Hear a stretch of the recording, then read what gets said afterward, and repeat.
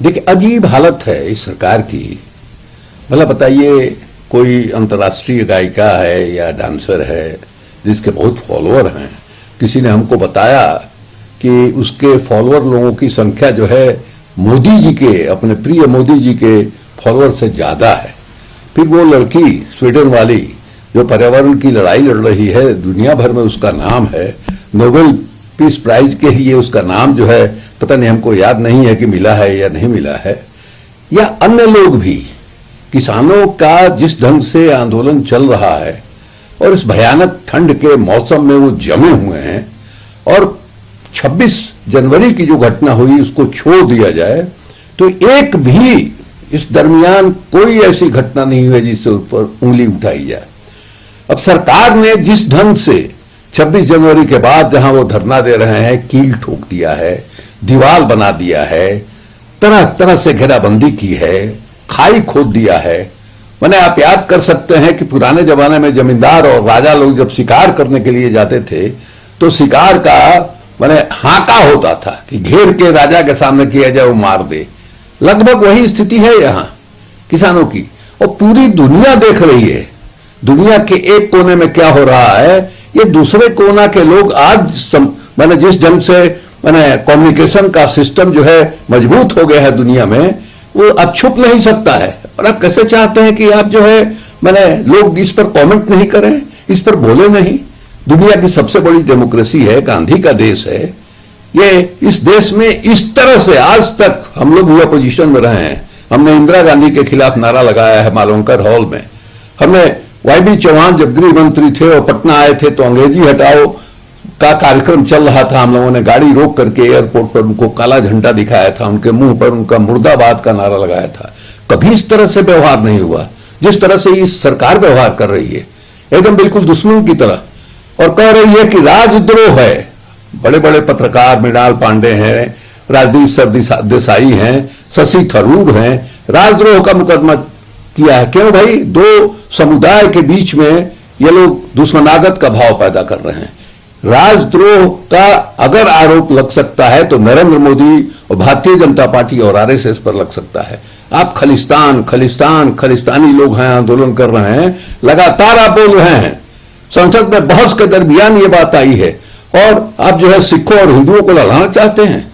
आपने हिंदू मुसलमान के बीच में खाई पैदा किया, और उसके बाद जो है मैंने सिखों के साथ जो है खाई पैदा करना चाहते हैं, जबकि खलिस्तान की कोई चर्चा नहीं है मैंने पंजाब के अंदर।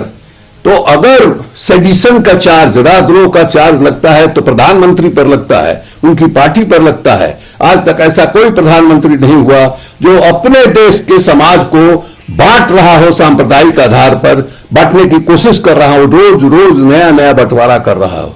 इसलिए ये बहुत ही दुर्भाग्य है कि भारत जैसे देश में मैंने जिसकी महान परंपरा है, महान मैंने इतिहास है, उस देश में इस तरह की सरकार बनी हुई है।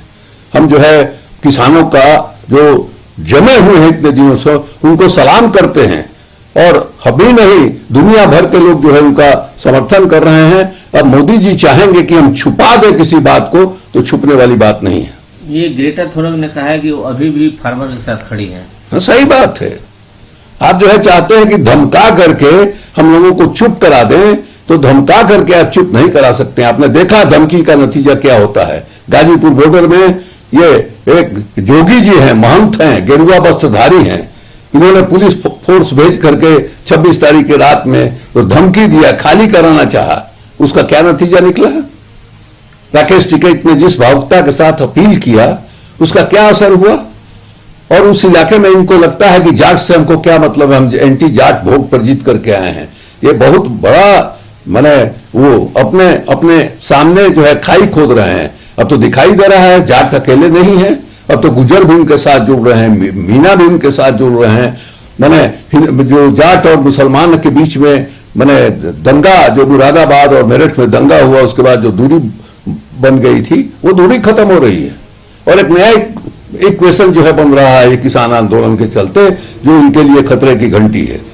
6 तारीख को 3 घंटे का चक्का जाम, टिकैत ने कहा है कि दिल्ली में नहीं होगा, दिल्ली के बाहर हर जगह होगा। नहीं, ठीक है, तो कार्यक्रम आ रहा है, हर कार्यक्रम को हर लोग समर्थन कर रहा है।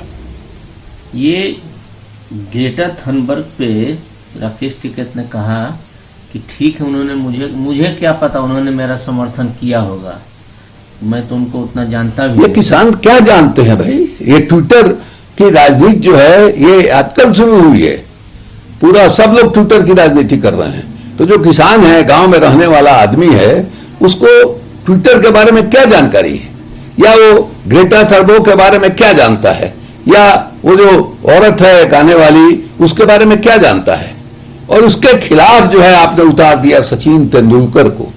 ये सचिन तेंदुलकर भारत रत्न है, और भारत रत्न धारी आदमी जो है माने तरह तरह के उत्पाद का विज्ञापन करता है, मॉडल बना हुआ है। तो भारत रत्न का अपमान है सचिन तेंदुलकर जैसे आदमी को भारत रत्न देना। उस समय जिस समय मिला था उस समय हमने मजबूती के साथ विरोध किया था। ये इन्होंने से बयान दिलवा करके आप क्या चाहते हैं कि दुनिया आंख पर पट्टी बांध ले? इस तरह से नहीं होता है। दुनिया काफी आगे बढ़ चुकी है। बात करते हैं टीएमसी की। ममता बनर्जी की तरफ से बात कही गई है कि बीजेपी फार्मूला लगा रही है कि टीएमसी से लोगों को ले जाओ और इलेक्शन जीतने का सोच रही है। कहना चाहते हैं कि टीएमसी से जो लोग जा रहे हैं उनको मैं कहना चाहती हूँ कि बीजेपी दंगा कराने वाली पार्टी है, और ये लोग जो जा रहे हैं ये लोग दगाबाज है। टीएमसी को उन्होंने धोखा दिया है जा रहे हैं। लेकिन किस ढंग का चुनाव हो रहा है? आज तक तो कोई चुनाव इस तरह का नहीं हुआ है। जिस तरह से दिल्ली से जाकर के बंगाल पर चढ़ाई किया जा रहा हो, उस तरह से चुनाव हो रहा है। वहां एक इंदौर का बैठा हुआ नेता, खांटी सांप्रदायिक, जिसका बेटा जो है मैंने एक सरकारी कर्मचारी को पीट दिया था, जिसके बारे में प्रधानमंत्री जी ने मैंने बयान दिया था कि साहब इस पार्टी में कार्रवाई करनी चाहिए। कोई कार्रवाई नहीं हुई। जा करके वहां इस तरह से मैंने अभियान चलाया जा रहा है जिसका कोई हिसाब किताब नहीं है।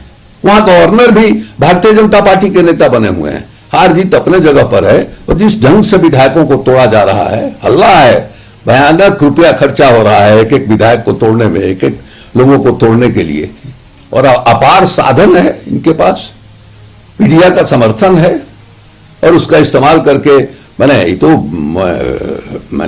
ये राज करने लायक पार्टी नहीं है। ये तो राज्य सरकारों को दुश्मन समझ रही है। जो जहां इनकी पार्टी की सरकार नहीं है या इनके समर्थन वाली सरकार नहीं है, उसको तो दुश्मन मान रहे हैं। उनको लग रहा है कि इस देश के सीमा, भौगोलिक सीमा के अंदर वो प्रदेश है ही नहीं, और जिस चुनाव लड़ रहे हैं युद्ध के ढंग से, ये बहुत ही खतरनाक बात है। ममता बनर्जी ने कहा है कि टीएमसी का अल्टरनेट केवल टीएमसी हो सकती है और कुछ नहीं। हम लोग शांति चाहते हैं, बीजेपी दंगा चाहती है। देखिए ठीक है, तो ये सब तो कहा जाता है, कह रही हैं ममता बनर्जी, वो जिस ढंग से लड़ रही है ठीक है, लेकिन अपने गिरबान में भी झांकना चाहिए कि साहब इस तरह से लोग क्यों जो है जा रहे हैं। एक सवाल उठता है ये कि जो ओपोजिशन पार्टी है उन्होंने केंद्र सरकार पर हमला किया है और कहा है कि मोनोलॉग बंद कीजिए, डायलॉग शुरू कीजिए फार्मर प्रोटेस्ट पर। नहीं, आदमी को डायलॉग बोलना कभी भी डायलॉग किया ही नहीं। मैंने जो पत्रकारों कैसे, जिन पत्रकारों को इंटरव्यू दिया उसमें अर्णब गोस्वामी है, मधु किश्वर जैसी पत्रकार हैं, जो पूछते हैं कि आप कैसे खाते हैं, चूस के खाते हैं, काट के खाते हैं, इस तरह का सवाल जो है पूछने वाले पत्रकारों से वो इंटरव्यू देते हैं। लेकिन ऐसे पत्रकारों से जिनके सवाल को सुन करके वो असहज महसूस करें, इस तरह के पत्रकार से आज तक उन्होंने इंटरव्यू नहीं दिया है। मैंने कभी कोई प्रधानमंत्री ऐसा हुआ ही नहीं कि जो इतने लंबे समय तक 6 साल होने जा रहा है प्रधानमंत्री बने हुए, एक भी प्रेस कॉन्फ्रेंस को संबोधित किया हो। और पत्रकार का काम क्या हो? जनता की ओर से सरकार से सवाल पूछता है, प्रधानमंत्री से सवाल पूछता है, मुख्यमंत्री से सवाल पूछता है। और जो प्रधानमंत्री या मुख्यमंत्री असहज महसूस करता है पत्रकार के सवालों से, इसका मतलब है कि वो लोकतंत्र में यकीन नहीं करता है। और साफ दिखाई दे रहा है कि नरेंद्र मोदी का लोकतंत्र के प्रति तो हिकारत है। किसान के बिल को ही देख लीजिए, किस ढंग से पास कराया। जो कृषि जो है राज्यों के ये में है, किसी भी राज्य से सलाह नहीं लिया, ऑर्डिनेंस निकाल दिया, पार्लियामेंट में बहस भी नहीं करवाया, जबरदस्ती पास कर दिया। यह हालत है।